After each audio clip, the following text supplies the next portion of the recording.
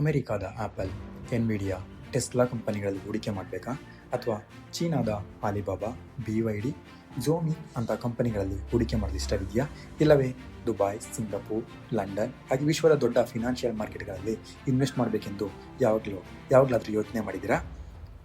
ಆದರೆ ಇದಕ್ಕಾಗಿ ನೀವು ವಿದೇಶಕ್ಕೆ ಹೋಗಬೇಕಾಗಿಲ್ಲ. ಯಾಕೆಂದರೆ ಭಾರತದಲ್ಲೇ ಈಗ ಒಂದು ವಿಶೇಷ ನಗರ ನಿರ್ಮಾಣವಾಗಿದೆ. ಅದೇ ಗಿಫ್ಟ್ ಸಿಟಿ. ಭಾರತದೊಳಗೆ ಒಂದು ನಗರ ಇದೆ. ಅಲ್ಲಿ ಡಾಲರ್ನಲ್ಲಿ ಬ್ಯಾಂಕ್ ಅಕೌಂಟ್ ತೆರೆಯಬಹುದು. ತೆರಿಗೆಗಳ ಸೌಲಭ್ಯಗಳಿವೆ. ವಿಶ್ವದ ದೊಡ್ಡ ಕಂಪನಿಗಳು ಬರ್ತಿವೆ ಮತ್ತು ಮುಂದಿನ 10 ವರ್ಷಗಳಲ್ಲಿ ಭಾರತದ ಅತಿ ದೊಡ್ಡ ಹಣಕಾಸು ಕೇಂದ್ರವಾಗುವ ಕನಸು ಕಾಣ್ತಿದೆ. ಆದರೆ ಇದು ನಿಜವಾಗಿಯೂ ಭಾರತದ ಮುಂದಿನ ದುಬೈ ಆಗಬಹುದಾ ಅಥವಾ ಶ್ರೀಮಂತರಿಗಷ್ಟೇ ಇರುವ ಒಂದು ವಿಶೇಷ ನಗರನ? ಇನ್ನೂ ಒಂದು ದೊಡ್ಡ ಪ್ರಶ್ನೆ, ಸಾಮಾನ್ಯ ಹೂಡಿಕೆರಾದ ನೀವು ಗಿಫ್ಟ್ ಸಿಟಿಯ ಮೂಲಕ ಹಣ ಸಂಪಾದಿಸಬಹುದಾ? ಈ ವಿಡಿಯೋ ಮುಗಿಯುವಷ್ಟರಲ್ಲಿ ನಿಮಗೆ ಗೊತ್ತಾಗುತ್ತೆ ಗಿಫ್ಟ್ ಸಿಟಿ ಅಂದರೆ ಏನು, ಇದನ್ನು ಯಾಕೆ ನಿರ್ಮಿಸಲಾಗಿದೆ, ಇಲ್ಲಿ ಇರುವ ವಿಶೇಷತೆ ಏನು, ನೀವು ಹೇಗೆ ಲಾಭ ಮಾಡಬಹುದು.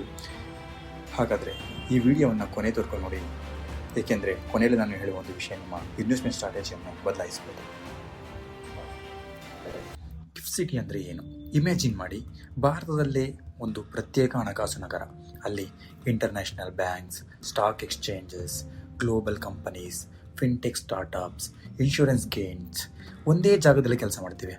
ಅದೇ gift city. Full form is Gujarat international finance tech city. ಗುಜರಾತ್ನ ಗಾಂಧಿನಗರದ ಬಳಿ ಇರುವ ಈ ನಗರ ಒಂದು ಸಾಮಾನ್ಯ ಸ್ಮಾರ್ಟ್ ಸಿಟಿ ಅಲ್ಲ. ಇದು ಭಾರತದ ಮೊದಲ ಇಂಟರ್ನ್ಯಾಷನಲ್ ಫಿನಾನ್ಷಿಯಲ್ ಸರ್ವಿಸ್ ಸೆಂಟರ್. ಅಂದರೆ ಸಿಂಗಾಪುರ್, ದುಬೈ, ಲಂಡನ್ ಇವುಗಳಿಗೆ ಸ್ಪರ್ಧೆ ನೀಡುವ ಭಾರತದ ಕನಸು. ಇದನ್ನು ಯಾಕೆ ನಿರ್ಮಿಸಲಾಯಿತು? ಒಂದು ಪ್ರಶ್ನೆ. ಭಾರತೀಯ ಕಂಪನಿಗಳು ವಿದೇಶದಲ್ಲಿ ಹಣ ಸಂಗ್ರಹಿಸಲು ದುಬೈ, ಸಿಂಗಾಪುರ್, ಲಂಡನ್ ಇಲ್ಲಿ ಯಾಕೆ ಹೋಗಬೇಕು? ಯಾಕೆ ಭಾರತದಲ್ಲೇ ಆ ಅವಕಾಶನ ಸೃಷ್ಟಿಸಬಾರ್ದು? ಅದೇ ಆಲೋಚನೆಯಿಂದ ಹುಟ್ಟಿದ್ದು ಗಿಫ್ಟ್ ಸಿಟಿ. ಇಲ್ಲಿ ಫಾರಿನ್ ಇನ್ವೆಸ್ಟ್ಮೆಂಟ್ಸ್, ಡಾಲರ್ ಇನ್ transactions, international banking, global trading ಎಲ್ಲವೂ ಸುಲಭವಾಗುವಂತೆ ನಿಯಮಗಳನ್ನು ರೂಪಿಸಲಾಗಿದೆ. ಇದರ ಗುರಿ ಹಣ ಭಾರತದಲ್ಲೇ ಉಳಿಯಬೇಕು. ಗಿಫ್ಟ್ ಸಿಟಿ ಏಕೆ ವಿಶ್ವದ ಗಮನ ಸೆಳೆಯುತ್ತದೆ? Tax benefits. ಕೆಲವು ಸಂಸ್ಥೆಗಳಿಗೆ ವಿಶೇಷ ತೆರಿಗೆ ಸೌಲಭ್ಯಗಳಿವೆ. ಅದರಿಂದ ಅನೇಕ ಗ್ಲೋಬಲ್ ಕಂಪನಿ ಇಲ್ಲಿ ಬರಲು ಆಸಕ್ತಿ ತೋರಿಸ್ತಿವೆ. International banking. ಇಲ್ಲಿ ಡಾಲರ್ ಅಕೌಂಟ್ಗಳಂತಹ ಕೆಲವು ಅಂತಾರಾಷ್ಟ್ರೀಯ ಬ್ಯಾಂಕಿಂಗ್ ಸೌಲಭ್ಯಗಳು ಲಭ್ಯ.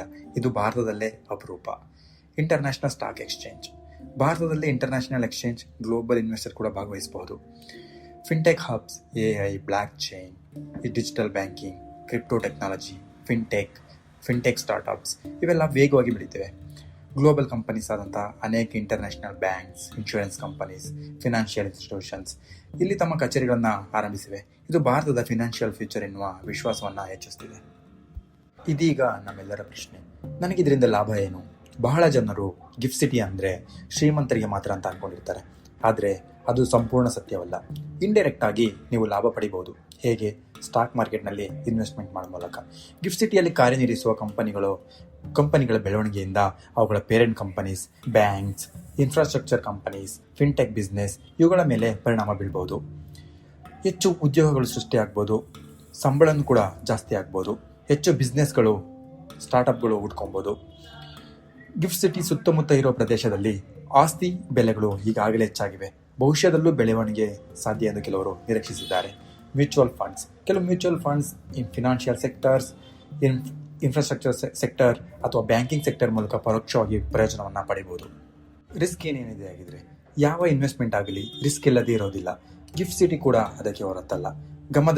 ಗಮನದಲ್ಲಿರಲಿ, ಇದು ಬೆಳೆಯುತ್ತಿರುವ project. Future success, policy, global economy, foreign investments ಇವೆಲ್ಲದರ ಮೇಲೆ ಅವಲಂಬಿತವಾಗಿದೆ. ಹೀಗಾಗಿ ಇದು 100% ಗ್ಯಾರಂಟಿಡ್ ಸಕ್ಸಸ್ ಎಂದು ಯಾರು ಹೇಳಿದರೂ ನಂಬೇಡಿ.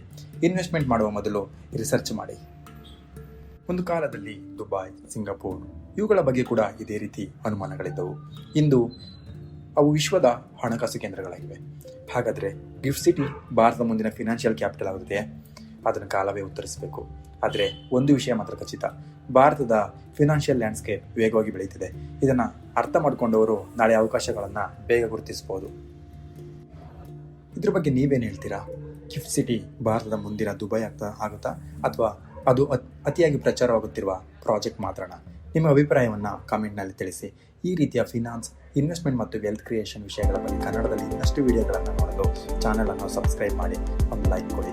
ಮತ್ತೆ ಮುಂದಿನ ವಿಡಿಯೋದಲ್ಲಿ ಭೇಟಿಯಾಗೋಣ. ಧನ್ಯವಾದ.